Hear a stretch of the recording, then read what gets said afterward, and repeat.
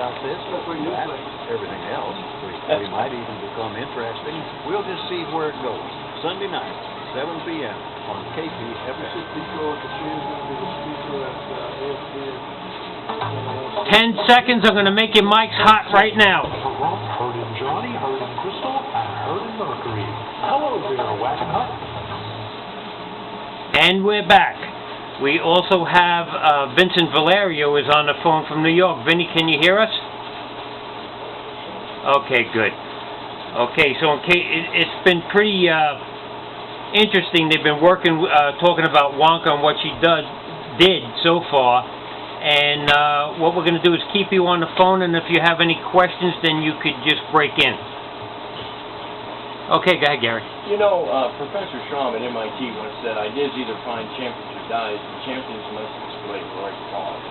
And I appreciate Gerald's heroic quality. I appreciate yours, Anthony, the station, and everyone here. And the reason why I'm saying that, I've been kicking this idea around, and particularly after last week when we spoke with Vinny and some of his questions.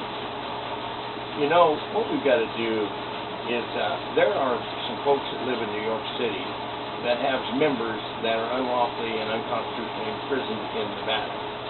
And these folks have spoken to me a long distance the other day, and they're contemplating on filing a federal lawsuit against the state of Nevada and naming all these officials that think they have absolute immunity and everything else. But just the fact of naming them turns them into defendants. And so what they're looking at doing is claiming mental pain, suffering, and anguish and unlawful imprisonment of a family member. So they filed a lawsuit, and I'll just say, let's pick New York, for example. Because Vinny's from there, right? Well, that would be great. So we filed it in federal court. Then, after the filing, and it gets presented to the judge with all the irrefutable evidence and the facts in the form of a brief. You know, we brief it, right, Gerald? And so we briefed the federal lawsuit. Maybe it'd be a 1983 or something of that nature, right, Gerald? We have one now.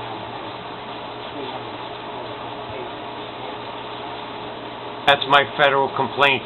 Okay, so anyway, we file in New York. We have that family file in federal court. Then we ask the family to go back with their attorneys and ask the judge to issue to the United States Marshal's Office an order to come out here and get this family member out of this prison that is unlawfully and unconstitutionally imprisoned, held there by laws that are known fact have failed, and by judges who have committed tyranny, usurpation, and perjury of their own oaths of office, and see if we cannot bring some of them back there into a federal court of justice and see if we can't get some things resolved where we start tightening up and we straighten up this judicial system. Now, Benny, what do you think about that idea? Well, first question to that idea is, the person about following go back to New York, that's a federal office. So I'm assuming they're still in custody. They're being held against their will. By the federal court. Right. Is it the federal court that they're being held by? No, the state court. State court. Now, why would the U.S. Marshals get involved? Which, Vinny, aren't you deputized by this federal marshals? Okay. Well, the reason being is that your family member is actually a citizen of New York, not Nevada. He's being held in Nevada. That doesn't make him a citizen of Nevada. He's being held in Nevada by unconstitutional and unlawful laws. And if you have unconstitutional and unlawful laws and you're being held in prison, are you not being held against your will? Isn't that some form of kidnapping? Van, do you think that would be a form of kidnapping? First, the reason I have a hard time with that is I understand your premise, but the sheer fact that they're being held on the source of law is what we know as hurricanes and drop. There has to be legal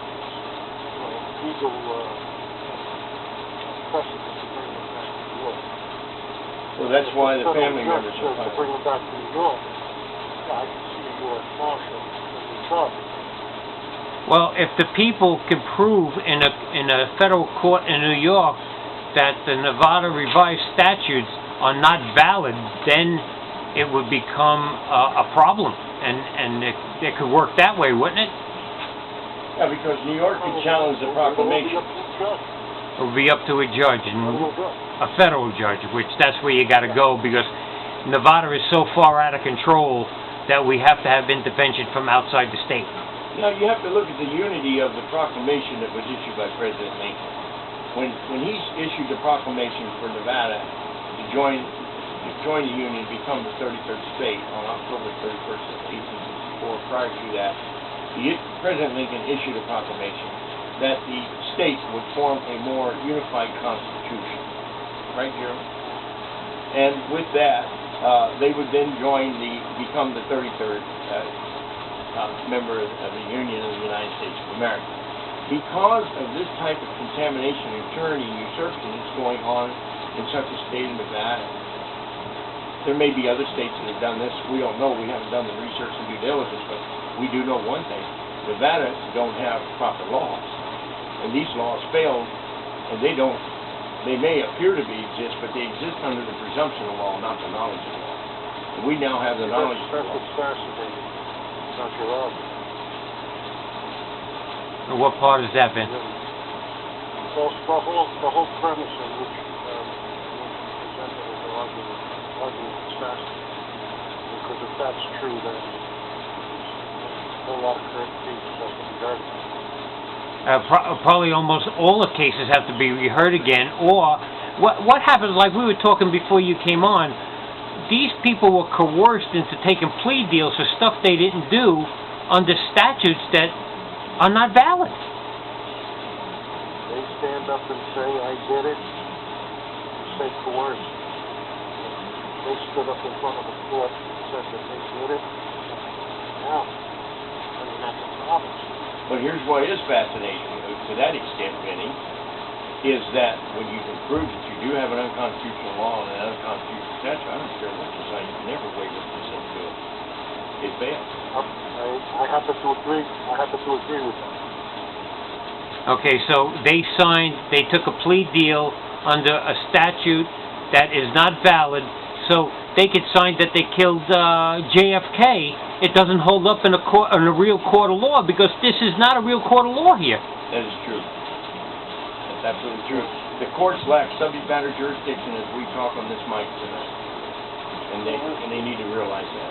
And they are coerced, because you could see people, if you spend time in these courts here, like the Flag Man and all these other guys, you could see the guy cringing when he says that, you know, he pleads guilty.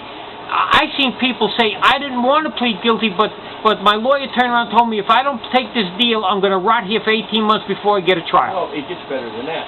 You got the lawyer who's, incidentally, Vinny, I don't know if you know this or not, but the DA in these counties, they pay the public defender's office. You know that? The DA actually writes the check to the public defender. Yeah, remember, Vin, when I told you the story about Coonsy's got all these public defenders like Harry Keene and all of this? They have to give them guilties because they would lose their jobs, because he pulls the strings here. Now, Huge conflict of interest. now watch this. Now you've got, that's right, and I found this out. Now, watch this. Now you've got this public defender standing beside this poor, ignorant guy that maybe committed a crime and he deserves his punishment. There's no question about it. But certainly not abuse of punishment. Now he's standing there, and the judge says, well, Mr. Willing, nobody coerced you now. Nobody coerced you into signing this. You've done this on your own free will. And the attorneys lean over and say yes, say yes. Yeah, that's right. Now, Mr. Willing, you understand what you're saying, and you signed here, and that you have no argument with that. Say no, say no. You understand what I'm saying? Isn't that a form of coercion? Yes, I would say so, since he's an officer of the court. His attorney is an officer of the court. Well, that's what's going on here by the masses. Well, Vinny knows a lot about that, because we talked about Harry Keene and with Coonsy with 87% conviction rating, and Harry Keene. You know, I was one of the guys with the help. Vinny was the guy from New York that found Colony Insurance versus Harry Keene.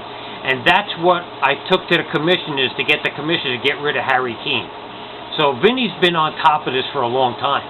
Vinny, I want to take you to this about Dina Titus and Kathleen Cortez Masto, the former Attorney General. And I want to take you to what's called Senate Bill 358. And what happened was, Dina Titus had put forth a bill, got it passed into law, signed by Governor Kenny Wayne, that had to deal with these 2,500 acres around Redwood Canyon. And the reason being is she owned a lot of property around there, and they wanted to have certain protections, certain controls. Who owned the property, Cortez Masto or Dina Titus? No, Dina Titus. Dina Titus was one of our senators here, a congressperson. But Cortez Masto represented her as a respondent. Now, Senate Bill 358 was found that it violated Article 4, Section 25 of the Nevada Constitution, which has established a system of county government that is not uniform throughout the state. And then Senate Bill 358 would otherwise violate the Article 4, Section 20, 21, 25 of the Nevada Constitution because it fell within an applicable exception and so remained valid. So the Ninth Circuit justices, they answered the first three questions in the affirmative and the last question in the negative because it went to the Nevada Supreme Court and they had to ask the Ninth Circuit to give them that opinion. And the Ninth Circuit said that they found that, yes, that passed bill into law does violate the Constitution and the law. And they certified the questions in the negative. And they found that the bill, and they called it even a revision bill, the same as Senate Bill number 2, is the same thing. They passed a copy of an engrossed bill, it wasn't even a bill, and they used a joint concurrent resolution with it, mandated by the Constitution under Article 4, Section 17, first deals with the single subject matter. They took that joint concurrent resolution and they commingled all these passages, repealing statutes, making new statutes, memorializing a senator that died, and then congratulating this guy that did all this foul work on these NRS statutes. So they commingled it and they violated the single subject rule. Then they went on and they violated Article 4, Section 23, which mandates and commands that the enactment language must be upon the face of the document or the bill in order for it to become valid law. We have the joint concurrent resolutions that they use. We have the Ninth Circuit Court of Opinions. We have an Attorney General 85 opinion on our favor. We have a law historian and book author, Charlie Wiseman, wrote the Authority of Law and addressed the issues of Nevada and its corruption on page 17 of that book. You can even acquire it on Amazon. Everybody can get it. And we have it. And all these people and all the Shepardized case law research that we've done absolutely proves that 12,875 human beings in prisons in Nevada and jails, well, don't not counting jails, are held there by unlawful, unconstitutional laws that involve stealth fraud and ongoing long-arm fraud. And Vinny, the long-arm fraud comes in because what they did in 1951 affects the people in prison today. Never been ratified on this. Never been ratified or voted by the citizens, Vinny. Never. And not only that, Vinny, Article 5, Section 20 mandates and commands that the Secretary of State must have at all times in its possession the bills and the journals and the resolutions and the taking of the yeas and nays and lay their hands upon them when required. The Secretary of State sent me a letter and said, we don't have any of that. You got to go to the Legislative Council to do it. So we're thinking that the Legislative Council is part of the legislature, right? It's an independent, private group running our government, controls the treasuries. They even write the checks for everybody. They change the bills. They write the bills. They write the laws. They do it all. And did you hear that? How is that possible? Because nobody pays any attention in Nevada. Because this is the rogue state of Nevada. Yeah. And this rogue, That's, the Scripture road. these people need to go to jail. There's where I keep yelling about corrupt criminal enterprise and a shadow government. These people that are citizens of this state think we have a government that's working for us and we have a corrupt criminal enterprise using our tax dollars to do whatever they want. Now what they did, Vinny... You guys think New York is liberal? Yeah, let me tell you, Vinny, we have conversations on a daily basis, Vinny and I, about how could that be? They couldn't get away with this in New York. But they do, yeah, okay. But New York can hold Nevada to the fire and say, Nevada, you're not going to get away with it either with our citizens having their sons and daughters in your prisons and being held there unlawfully, unconstitutionally, and you causing us mental pain, suffering, and anguish of our citizens. We're not going to deal with that no more. You corrupt people are going to straighten up, and we're going to come after you, and we're going to bring you to New York, and we're going to bring you to these federal courts, and we're going to prosecute you. See, the problem here is Nevada, especially Las Vegas, is a very transient community. People are in and out all the time. A lot of people come here, they retire older people, they blow all their money and they got to get out of here. So there's people in and out of here all the time. And that's what the problem is. Most people don't live here long enough to even pay attention to what's going on. There's no saying. You got the legislators across the street. They're part of the club. Yeah, they're part of the club and the backroom door deals that they do. Vote on anything? No, they just shepherds in disguise as you know, little sheep, you know. And They're told what to do so they can keep their job, Vin. the governor wears the suit, but let me tell you, the LCB, Rick Combs, Linda Rhodes, and Keith Powers, the chief counsel, legislative counsel, tells them what color the suit is. Explain to the listeners what LCB stands for. Legislative Council Bureau. They have no relationship to any degree of the government. They write laws against the citizens and the bills and the passings of them and all. They lobby. They control all the purse strings, and let me tell you what else they do. They even control the buildings and the keys and the maintenance of the state buildings, and they took over the state printing company, too. They even control the state printing company, Vinny. Vin, could you believe that? So therefore, your state police are actually enforcing laws that are illegal? What state police do we have? The State Highway Patrol. Oh, that's the state. Oh, our friend from what do you call? That's Michael. Metro Police, you know, Michael Kolpak from. He used to be one of them. We have Joe Lombardo up there, you know. Oh. Vin, could you believe that this is like a three-ring? Ringling Brothers got nothing over on this place. Now, Vinny, let me tell you why they did this. This Statute Revision Commission created these statute books. They took illegally and copyrighted government public documents, which U.S. Government Works just sent me a document and said it is illegal to copyright public government documents. They belong to the citizens and the public, but not to these guys. They took them over, the LCB did. They copyrighted them through the state on the surface. See, they got all this stuff that they're hiding behind the windows of the state, and they're no relationship to the state at all. And what they did, they sold off these statute books and all these amendments that they make. And then they went out and they made a deal with Matthew Bender and Company and LexisNexis. They went in and they changed the federal constitution without getting the authority and put all this stuff in it with Nevada, see. Not only that, they tampered with the Nevada Constitution. And then they turned around and sold off all these statute books and they pocketed millions of dollars that don't have to be accounted. What kind of crime do you think that is, Vin? It's a criminal enterprise. That's definitely Now the that's Greco, yeah. Now the way we got to get to this is we got to find out who put Russell McDonald in position. I'm going to tell you who he is. His name is Frank Elmick. He started it. Then came Russell. Then came Jeff Springmeyer. And then after that came Linda Inroads and Rick Combs. And Rick Combs is the director of all this LCB now. See, here's what happened, Vinny, real quick. In May of 1951, they formed the Statute Revision Commission. They put these three judges, Milton Bant, Edgar Ether, and Charles Merrill on the board. And then they took this Russell McDonald, who they claimed he was they claimed he was Nevadian born. We found out he was born in California. He never was a native. We can't even find out he was ever a Rhodes Scholar at Oxford University. And we don't even think he ever graduated from Stanford University either. No, they claimed all of that. But anyway, they went in, they changed, they repealed all the statutes. They wrote their own laws and their own statutes, and they wrote them around the things they wanted to do.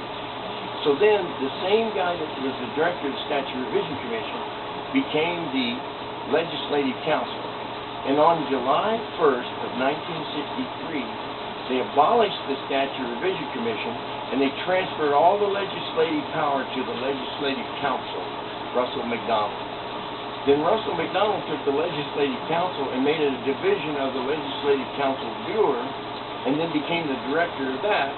Then he signed a private contract with the Legislative Committee, which Kirkpatrick and all them were part members of, and Harry Reid and all of them. And the committee ties into the legislative council, so they thought that that would insulate them and that they could hide all this stealth fraud.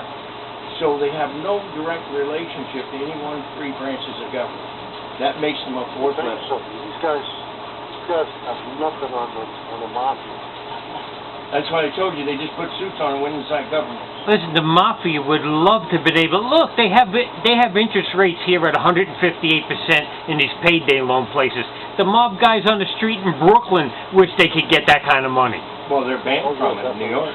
New York bans that kind of activity. Right.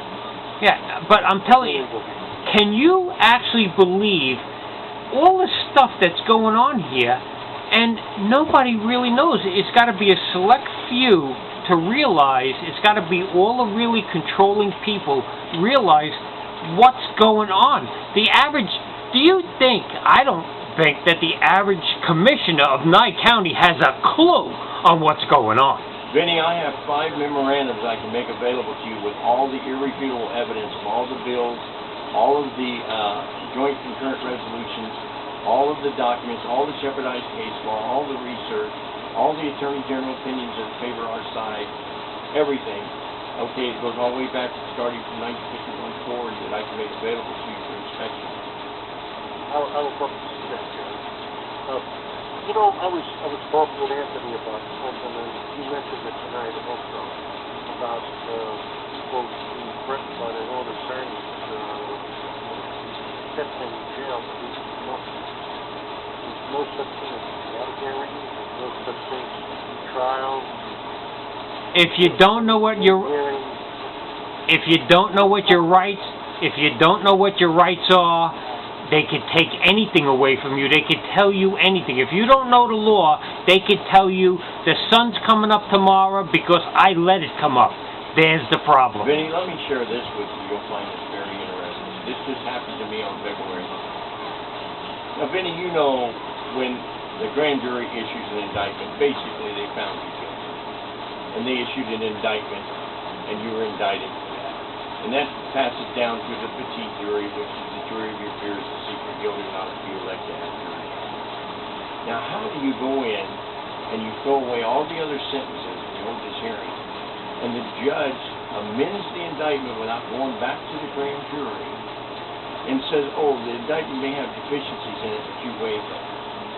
And we're going to give you an alpha plea, and we're going to assign you a new crime, but you don't have to admit to it, but then we're going to give you time served when you're finished. Is that fair justice?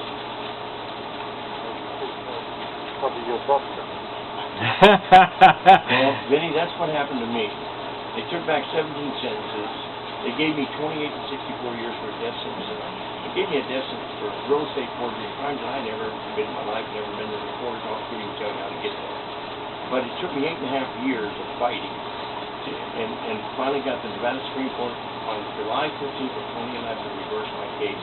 I didn't get heard until February the 9th, 5+ years later, February 9th of this year. And the judge finally invented this crime. It was a new judge because I sued the other one and turned him into the Ethics Commission. I knew they were going to go along with it and say, well, he has immunity and all.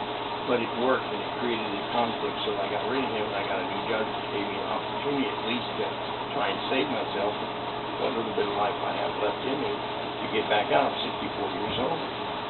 So you would have been languishing in jail had you not done all this research. Exactly. He actually did this research to help others because he thought he was going to be there the rest of his life. And by helping others, he found out what he could do for himself. It's the biggest discovery in Nevada history. Now, we're down to like 1 minute. What I want to do next week... What I want to do next week is I want you to come back and I want you to try to put something together that the people that are listening to this program could do to help themselves or their family members right now.